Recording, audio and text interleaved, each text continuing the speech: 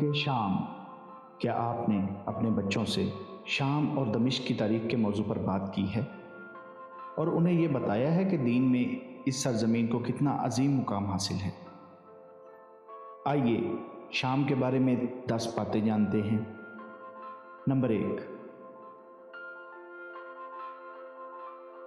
ملک شام سے مراد مشرقی بحیرہ روم کا ساحلی علاقہ ہے، جس میں شام، سوریہ، فلسطین، لبنان، اردن اور ترکی و مصر کے کچھ حصے شامل ہیں۔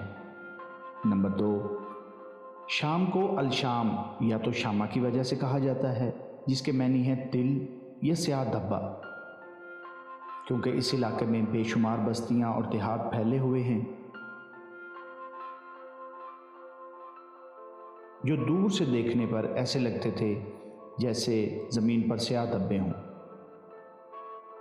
یا سام بن نوح علیہ السلام کی نسبت سے، جنہوں نے اس علاقے میں سکونت اختیار کی اور دمشق شہر کی بنیاد رکھی۔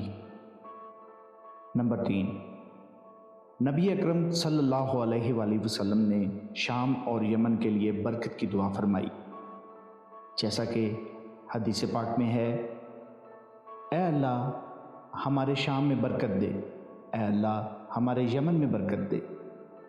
نمبر 4، اس خطے میں ایک جماعت حق کے لیے لڑتی رہے گی، جیسا کہ نبی اکرم صلی اللہ علیہ وآلہ وسلم نے فرمایا، میری امت کا ایک گروہ مسلسل دمشق کے دروازوں اور اس کے گرد و نواح اور بیت المقدس کے دروازوں اور اس کے گرد و نواح میں قتال کرتا رہے گا۔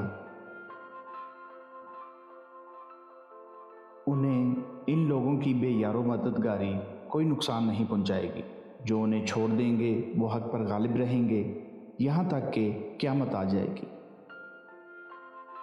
شام مکہ اور مدینہ کے بعد تیسری افضل جگہ ہے۔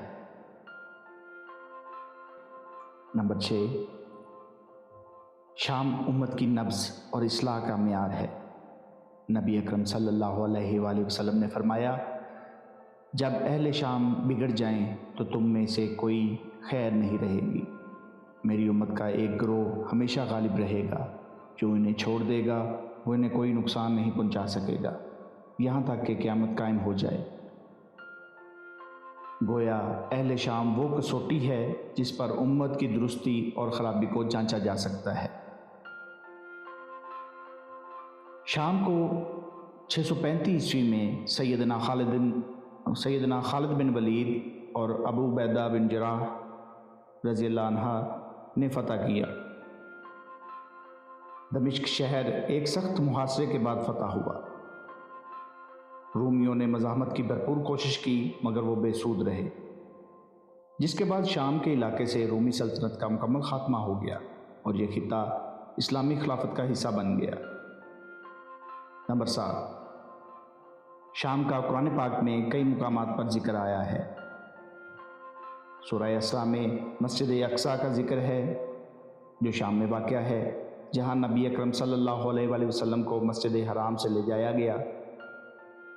سورہ اعراف میں بنی اسرائیل کو شام کے مشرق و مغرب کا وارث بنائے جانے کا ذکر ہے، اور سورہ انبیاء میں ابراہیم اور لوط علیہ السلام کو شام کی طرف نجات دیے جانے کا تذکرہ ہے۔ نمبر 8، شام علم اور علماء کی سرزمین ہے۔ یہاں سے امام نووی، ابن عساکر، شیخ الاسلام ابن تیمیہ، ان کے شاگرد ابن قیم اور ابن کثیر رحمہ اللہ جیسے عظیم علماء نے جنم لیا۔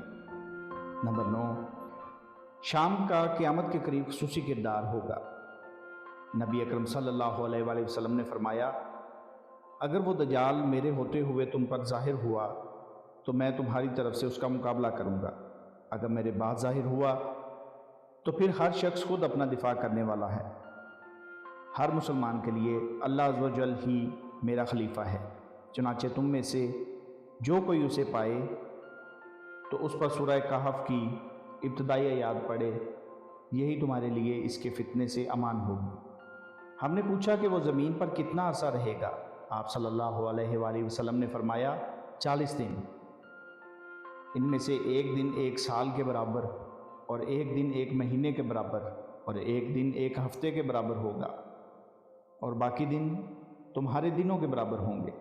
ہم نے پوچھا، اے اللہ کے رسول، یہ دن جو ایک سال کے برابر ہوگا، کیا ہمیں اس میں ایک دن رات کی نمازیں کافی ہوں گی؟ آپ صلی اللہ علیہ وآلہ وسلم نے فرمایا، نہیں، اس کے لیے تم لوگ اندازہ لگا لینا۔ پھر دمشق کے مشرق میں سفید منارے کے پاس عیسیٰ علیہ السلام اتریں گے، پس وہ اس دجال کو بابلد کے پاس پائیں گے اور اس کا کام تمام کر دیں گے۔ نمبر 10، علامہ عبد الرحمن سعدی رحمہ اللہ فرماتے ہیں کہ شام کی برکت میں یہ بھی بات شامل ہے کہ کئی انبیاء اس سرزمین میں تھے اور اللہ نے اپنے خلیل ابراہیم علیہ السلام کے لیے اس ہجرت کی جگہ منتخب کیا۔